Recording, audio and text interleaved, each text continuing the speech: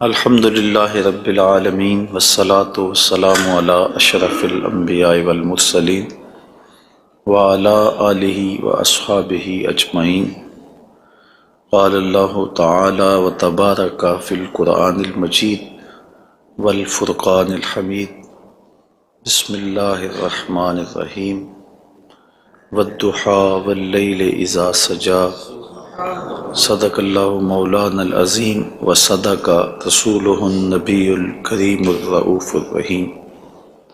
اللہم نور قلوبنا بالقرآن وزین اخلاقنا بالقرآن وادخلنا الجنۃ بالقرآن ونجنا من النار بالقرآن۔ قال اللہ تعالی وتبارک فی شان حبیبہ مخبرا وآمرا، ان اللہ وملائکتہ یصلون علی النبی یا ایہا الذین آمنوا صلوا علیہ وسلموا تسلیما۔ الصلاۃ والسلام علیک یا نبی الرحمہ وعلی آلک واصحابک یا رسول الملاحمہ۔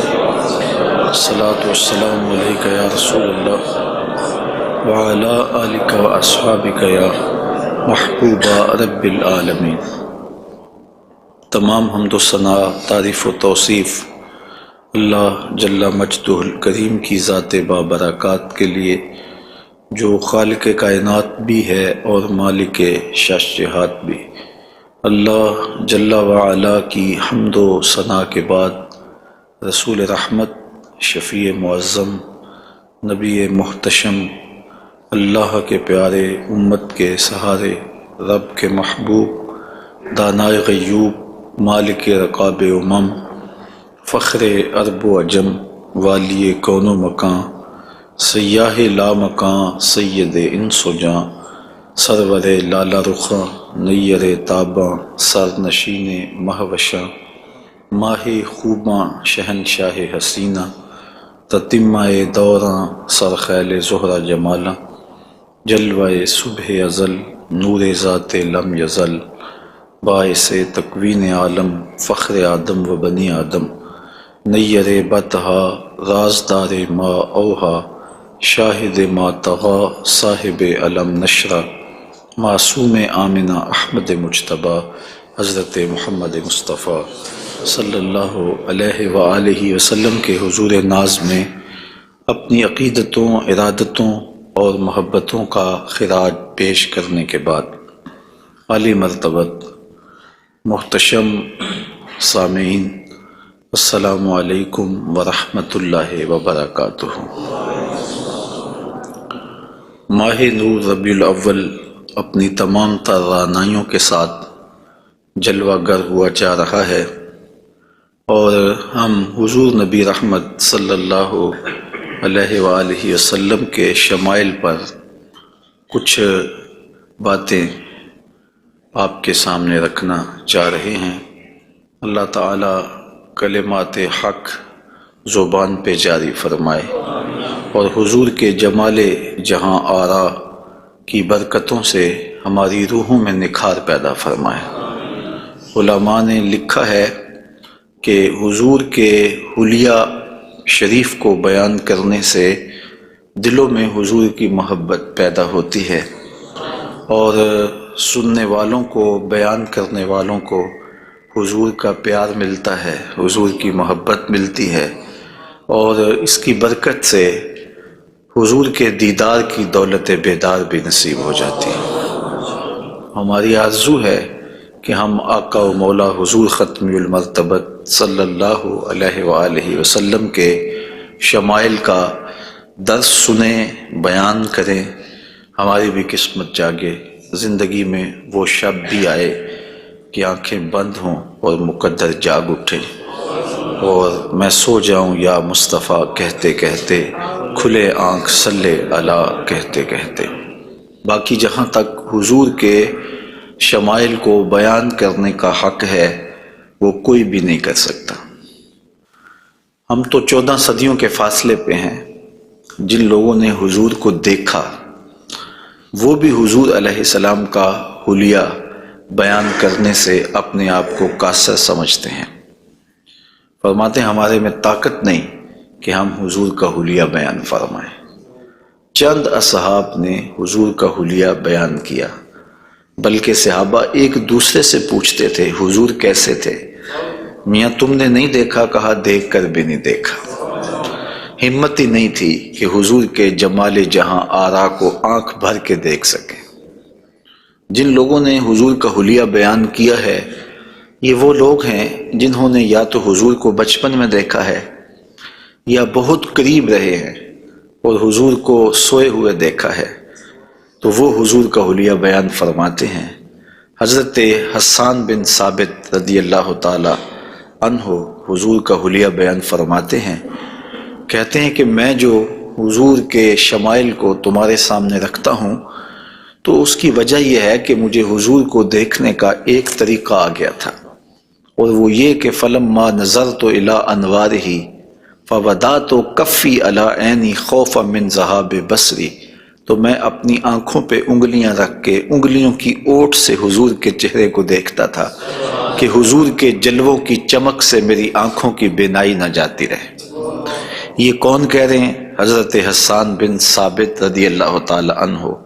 اور آپ سارے اچھی طرح جانتے ہیں کہ حضرت حسان بن ثابت شاعر ہیں، اور شاعر حسن دیکھنے میں بڑا دلیر ہوتا ہے، اور وہ جو شاعر ہے اور حسن دیکھنے میں دلیر ہے وہ بھی آنکھوں پہ انگلیاں رکھ کے دیکھ رہا ہے، اور ابھی یہ حسن ظاہر نہیں ہوا۔ امام قرطبی علیہ رحمہ لکھتے ہیں کہ حضور نبی رحمت صلی اللہ علیہ وآلہ وسلم کا حسن ظاہر نہیں ہوا تھا، اور اگر جمال رسول صلی اللہ علیہ وآلہ وسلم کا ظہور ہو جاتا تو کوئی دیکھنے کی تاب ہی نہ رکھتا۔ حضور کے جمال جہاں آرا پر 70,000 بشریت کے پردے رکھے گئے، لیکن اس چھپے ہوئے حسن کو بھی دیکھنے کی تاب نہیں ہے، اور اگر یہ حسن بے نقاب ہوتا تو کیا ہوتا؟ یہی بہتر ہے کہ وہ پردے میں روح پوش رہے، وہ اگر پردہ اٹھا دے تو کسے ہوش رہے۔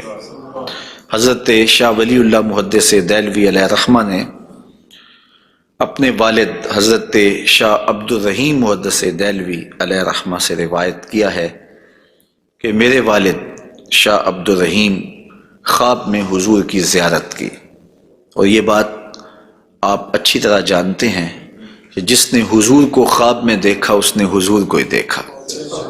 شیطان خواب میں آ کر بھی حضور کی مثل ہونے کا دعویٰ نہیں کر سکتا۔ تو خواب میں حضور کو دیکھا اور عرض کی یا رسول اللہ صلی اللہ علیہ وسلم، آپ نے فرمایا ہے انا املہ و اخی یوسف اسبہ، میں نمکین حسن والا ہوں اور میرا بھائی یوسف میٹھے حسن والا تھا۔ وہاں تو زنان مصر کی انگلیاں کٹ گئیں، اور یہاں ایسا کوئی واقعہ پیش نہیں آیا، جبکہ حسن ملی حسن صبی کی نسبت زیادہ پرکشش ہوتا ہے، تو وہاں انگلیاں کٹ گئیں اور یہاں ایسا کوئی واقعہ پیش نہیں آیا، تو اس کی کیا وجہ ہے؟ تو حضور نے جو خواب میں جواب دیا وہ حضرت شاہ عبد الرحیم نے بیان فرمایا، اور شاہ ولی اللہ محدث دہلوی علیہ رحمہ نے در ثمین میں اس کو لکھا۔ آقا کریم نے فرمایا جمالی مستور عن اعین الناس غیرۃ من اللہ، اے عبد الرحیم، اللہ نے غیرت محبت کی وجہ سے میرے حسن کو لوگوں کی نظروں سے چھپا کے رکھا ہے۔ کوئی محب نہیں چاہتا کہ میرا محبوب کوئی دیکھے۔ قتیل شفائی نے کہا تھا نا، اس حد تلک بڑھ گئی ہے بے اعتمادی کہ تجھ کو تجھ سے بھی چھپانا چاہتا ہوں۔ وہ کہتا ہے میری تو آرزو یہ ہے کہ تو آئینہ بھی نہ دیکھے۔ تو محب کی غیرت ہوتی ہے کہ اس کے محبوب کو کوئی نہ دیکھے۔ تو کہا کہ میرے حسن کو لوگوں کی نظروں سے چھپا کے رکھا گیا ہے، اور اگر یہ حسن ظاہر کر دیا جاتا تو کوئی تاب نہ لا سکتا۔ تو یہ چھپے ہوئے حسن کا عالم ہے کہ دیکھنے والوں کو پھر بھی انگلیاں رکھ کے دیکھنا پڑتا ہے، اور اگر یہ بے نقاب ہوتا تو پھر کون تاب لا سکتا؟ مولانا حسن رضا اعلی حضرت کے برادر محترم فرماتے ہیں وہ اگر جلوہ کریں کون تماشائی ہو۔ تو یہ وہ حسن ہے کہ جو تمام کا تمام ظاہر نہیں کیا گیا اور لوگوں کی نگاہوں سے پوشیدہ رکھا گیا، لیکن وہ بشریت کے پردوں کی اوٹ سے چھن چھن کے بھی اس قدر تابہ ہے کہ پوری کائنات کے اندر رنگ اسی حسن کے جھلکتے دکھائی دیتے ہیں، اور ہر طرف اسی کے انوار پھیلے ہوئے نظر آتے ہیں۔ تو حضور کے حسن کا بیان، حضور کے حسن کا ذکر اگرچہ انسانی استطاعت میں نہیں ہے اور اس کے بس میں نہیں ہے، لیکن اس کے باوجود صحابہ کے دور سے لے کر آج تک لوگوں کا یہ محبوب موضوع رہا ہے کہ وہ حضور علیہ السلام کے حسن کا ذکر کر کے اپنے قلب کی تسکین کا ساماں کرتے ہیں۔ علماء نے یہ بھی لکھا ہے کہ جو شخص حضور کے حسن کو بیان کرے، لوگوں کے دلوں میں اس کے لیے پیار پیدا ہو جاتا ہے۔ آج ہر شخص چاہتا ہے کہ میں ہر دل عزیز ہو جاؤں، تو یہ سادہ سا نسخہ ہے کہ کائنات میں حضور کے حسن کے تذکرے کیا کرو، دنیا تم سے پیار کرنے لگ جائے گی۔ تم محبوب الخلائق بن جاؤ گے اگر تم اس محبوب دو عالم کے حسن کو لوگوں کی نظروں کے سامنے بیان کرو گے۔ انشاءاللہ حضور کے مختلف اعضاء کے حسن کا ذکر ترتیب وار کیا جائے گا، اور اہل محبت نے اور اصحاب رسول نے اس پر کیا محبتوں کے پھول پیش کیے ہیں۔ یقیناً آپ کے قلوب کو فرحت بھی ہوگی، قرار بھی ملے گا، اور آقا کریم کے حسن دل پذیر اور حسن جاں فضا کی مستیوں میں آپ کھو بھی جائیں گے۔ حضرت جابر بن سمرہ رضی اللہ تعالی عنہ فرماتے ہیں کہ لیلۃ الادحیان تھی، 14ویں رات کا چاند تھا، اور حضور یمنی چادر اوڑے ہوئے استراحت فرما رہے تھے، اور میں کبھی آسمان کو دیکھتا تھا، کبھی حضور کے جمال جہاں آرا کو دیکھتا تھا، اور یہ سوچتا تھا کہ میں فیصلہ کروں کہ آسمان کا چاند سونا ہے یا مدینے کا چاند سونا ہے۔ تو حضرت جابر بن سمرہ رضی اللہ تعالیٰ عنہ فرماتے ہیں پھر میں نے فیصلہ کیا فائزہ ہوا احسن عندی من القمر، میں نے کہا آسمان کا چاند نہیں، مدینے کا چاند سونا ہے، چونکہ چاند کی چمک بھی حضور کے در کی خیرات ہے۔ چاند کو، سورج کو، شمس و قمر کو جو روشنیاں دی گئی ہیں وہ حضور کے صدقے سے دی گئی ہیں۔ تو کائنات میں جہاں بھی اجالا ہے، جہاں بھی روشنیاں ہیں، جہاں بھی نور ہے، وہ نور حضور علیہ السلام کا ہی ظہور ہے، اور حضور کا نور ہے کہ جو کسی سے مستعار نہیں لیا ہوا، وہ حضور کا اپنا نور ہے، اپنا حسن ہے۔ علامہ بوصیری علیہ رحمہ نے کتنی خوبصورت بات کہی، منزہ عن شریک فی محاسنہ فجوہر الحسن فیہ غیر منقسم، کہ حضور اپنے محاسن میں، اپنے کمالات میں کسی شریک سے منزہ ہیں، اور آپ کا جوہر حسن جو ہے وہ غیر منقسم ہے۔ تو حضور کا حسن کسی سے مستعار نہیں لیا ہوا، بلکہ پوری کائنات کو جو حسن ملا ہے وہ حضور کی دہلیز کی عطا ہے، حضور کی چوکھٹ کی خیرات ہے۔ تو زمانہ چمک رہا ہے تو حضور کے انوار سے، اور بریلی سے آج بھی آواز آ رہی ہے، چمک تجھ سے پاتے ہیں سب پانے والے، میرا دل بھی چمکا دے چمکانے والے۔ تو ساری روشنیاں اسی دہلیز سے پھوٹتی ہیں، اسی در سے پھوٹتی ہیں، سارے اجالے اسی چوکھٹ سے نکلتے ہیں۔ اللہ نے اپنے محبوب علیہ السلام کو جو حسن دیا، جو جمال دیا، حضرت برا بن عازب رضی اللہ تعالیٰ عنہ بیان فرماتے ہیں، امام بخاری و مسلم نے اس کو روایت کیا ہے، کان رسول اللہ صلی اللہ علیہ وسلم احسن الناس وجہا، کائنات میں جتنا سونا چہرہ میرے حضور کا تھا کسی کا تھا ہی نہیں، سب سے زیادہ سونا اور خوبصورت چہرہ اللہ نے اپنے محبوب کو عطا کیا ہے۔ اور حضرت ابو ہریرہ رضی اللہ تعالی عنہ سے معروف روایت ہے، جس کو امام ترمذی نے اور باقی محدثین نے روایت کیا ہے، حضور فرماتے ہیں حضرت ابو ہریرہ، ما رأیت شیئا احسن من رسول اللہ صلی اللہ علیہ وسلم، میں نے حضور سے سونا کوئی دیکھا ہی نہیں۔ اور حضرت حسان بن ثابت کہتے ہیں کہ آج تک کسی ماں نے ایسا سونا جنم ہی نہیں دیا، سونا دیکھتے کیسے، کسی ماں نے ایسا جنم ہی نہیں دیا۔